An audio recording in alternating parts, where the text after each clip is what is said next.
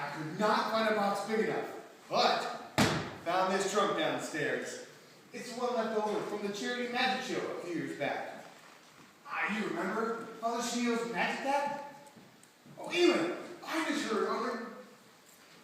Oh, right.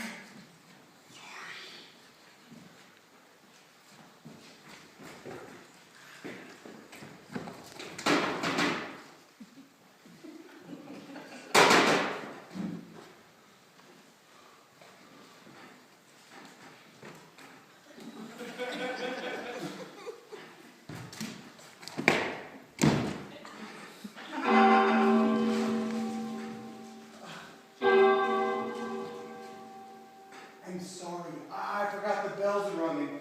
We were allowed to talk. Today hasn't been so bad. 3 times, I think.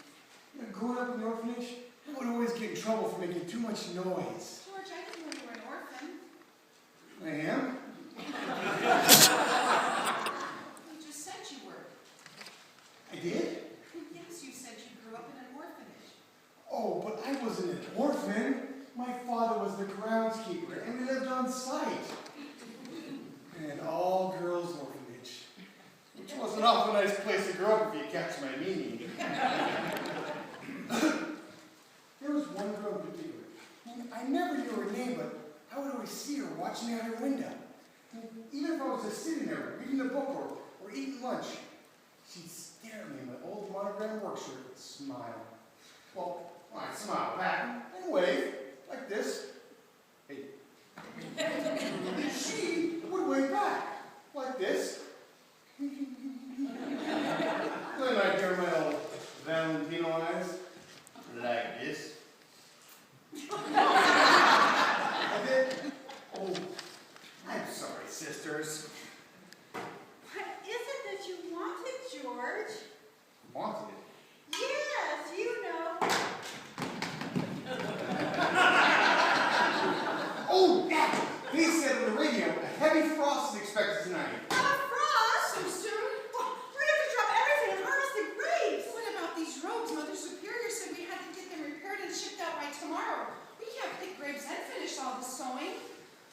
I can go to pick the grapes. I don't mind. Oh, could you, George? Sure, I've already finished with all my chores. And besides, if those grapes go bad, you won't be able to make any of your juice for the poor. Glory be. Sister Philomena, you and I are going to skip dinner and go help George.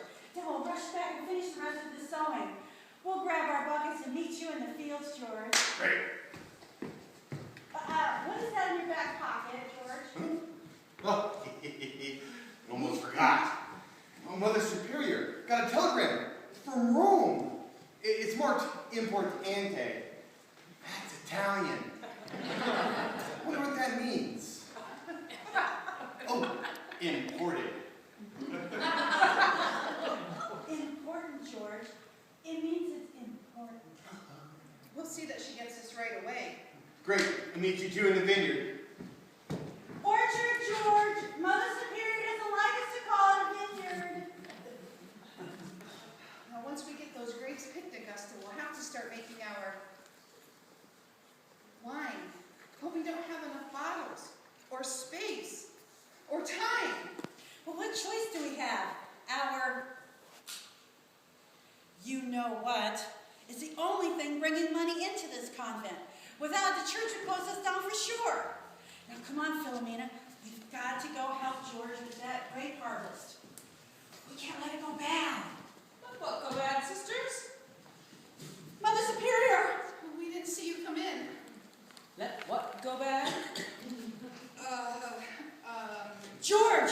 Mother Superior, we can't let George go bad. What do you mean? We were just talking to him, and he seems to be treading the path of sin. Isn't that right, Sister Philomena? What sin, Sister Augusta? I saw him drinking alcohol. Don't say that word! You know how much I despise that word. I'm sorry, Reverend Mother. George lives here, on the grounds. Where on earth could he get? You know what? He sneaks into town at night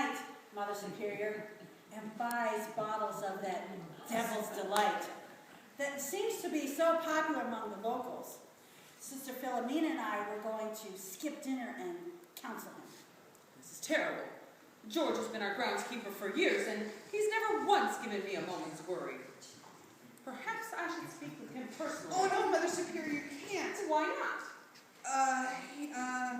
He doesn't know that you know, Mother Superior, and it might embarrass him. He so looks up to you. We felt it would be easier coming from Sister Philomena and myself. Perhaps you're right.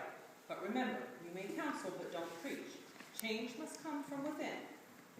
And hurry back. We're expecting that new addition to our convent tonight, Sister Mary, who has been sent to us by Cardinal Redding himself. Yes, Mother Superior.